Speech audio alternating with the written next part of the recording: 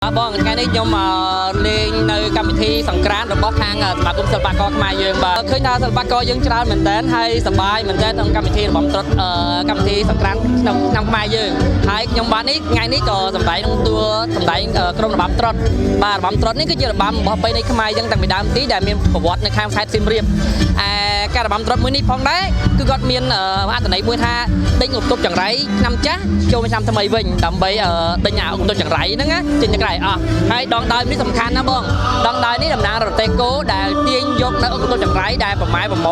แต่นำจ้านั่นไงคือประมาณประโมตบจังไรจังแต่ตามดองดอยนี่ตลอดtớiตามเลยวิ่งbaจุดพวกnhómบำตรมื้อนี้คือเจียบไปในกับทอดมาមួយយើងដែលសបាយបាទសបាយក្នុងការរាំច្រៀងហើយជាមួយក្នុងការដែលជារឿងព្រេងណាវាជារឿងព្រេងមួយដែលនិយាយអំពីថាសំបីតែភាវៈអាក្រក់ក៏ជួយដល់ប្រជាជនខ្មែរជួយដល់ប្រជាជនដេញណាចង្រៃជាញអស់ដែរស្បងឃើញក្នុងនោះមានតួព្រាយចောက်វែងមានទាំងតួយៈផងដែរអូពួកអាសត្វព្រើហ្នឹងគឺជាជំនាន់មុនគឺជាហៅថាព្រើសចូលភូមិណាគឺមានភាពចង្រៃមែនតើអញ្ចឹងហើយមិនត្រឹមតែប្រជាជនទេសំបីតែព្រានព្រៃសំបីតែព្រាយចောက်វែងដែលនៅព្រាយវាមានល្អមានអាក្រក់អញ្ចឹងព្រាយដែលនៅតាមគៀនលបែងលបងអីផ្សេងហ្នឹងក៏ឃើញព្រៃប្រើសហ្នឹងជាសត្វចង្រៃហ្នឹងក៏ជួយដេញផងដែរហើយផ្អើលដល់យៈទៅយៈក៏ដេញចាប់ទៀតបាទហើយចុងក្រោយក៏ដេញបានសម្រេចទៅក៏ចាប់បានប្រើសហ្នឹងសម្រាប់បាញ់សម្រាប់ប្រើសហ្នឹងចោលទៅក៏លេចង្រៃក៏មានភាពថាសេរីសួស្ដីក្នុងភូមិមួយហ្នឹងផងដែរអញ្ចឹងសរុបមកជារួមឲ្យខ្លីមកណាគឺរបាំត្រុដិនេះគឺជារបាំមួយដែលដេញបន្ទប់ចង្រៃចេញឲ្យអស់អញ្ចឹងមិនត្រឹមតែថ្ងៃចូលឆ្នាំខ្មែរយើងទេដែលអាចសម្ដែងបានបុណ្យទានអ្វីផ្សេងឲ្យតែយើងដេញបន្ទប់ចង្រៃចេញអាចសម្ដែងបានទាំងអស់ក៏ដូចជាឡើងក្រឋានថ្មីក៏ដូចជាផ្ទះចាស់យើងអាប់ដេតផ្ទះថ្មីយើងអាប់ដេត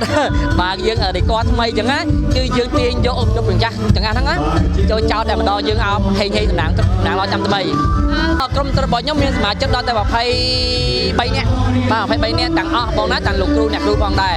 បាទហើយក្រុមរបស់ខ្ញុំនេះគឺក្រុមលោកតាពុយសូបាទដែលជាកូនចៅបងតាពុយសូដែលក្បាត់ចិញ្ចឹមពួកខ្ញុំឡើងមកហ្នឹងបាទគឺពួកខ្ញុំតែពីដើមទីមកគឺនៅជាមួយលោកតាពុយសូទាំងអស់គ្នាបងបាទនិយាយអំពីក្នុងឆ្នាំ2025នេះបាទគឺមានការឡើងច្រើនមែនតើហើយប្រជាជនរបស់យើងហ្នឹងតាមសាលា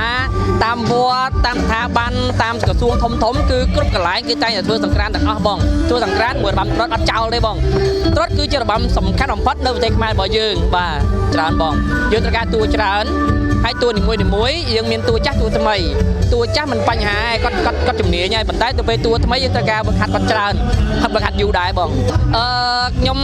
ការដាំញ៉ាំរបស់ខ្ញុំក៏សូមមានតែម៉ាត់ឯងលើដៃ10បាទសូមអរគុណបងប្អូនគ្នាដែលបានតែតែគ្រប់គ្រងនៅវប្បធម៌មួយនេះបាទវប្បធម៌នេះគឺជាភោគផង់មែនតើដោយសារតែបងប្អូនអរគ្នាអ្នកគ្រប់គ្រងជាពិសេសការស្ថាប័នធំដែលគាត់ព្រមទទួលយកនៅវប្បធម៌ខ្មែររបស់យើងដែលដេញបន្ទប់ចង្រៃហ្នឹងណាមិនត្រឹមតែខាងបងទេខាងប្រជាជនខ្មែរយើងទេសូមតែបីតែបរទេសក៏គាត់គ្រប់គ្រងបងដែរក៏គាត់មានបាត់ចិត្តឬក៏គាត់ទម្លាក់កម្មវិធីមួយហ្នឹងដើម្បីឲ្យខាងខ្មែររបស់យើងអាចសម្ដែងបានគ្រប់ពេលវេលាបាទសូមអរគុណច្រើនបង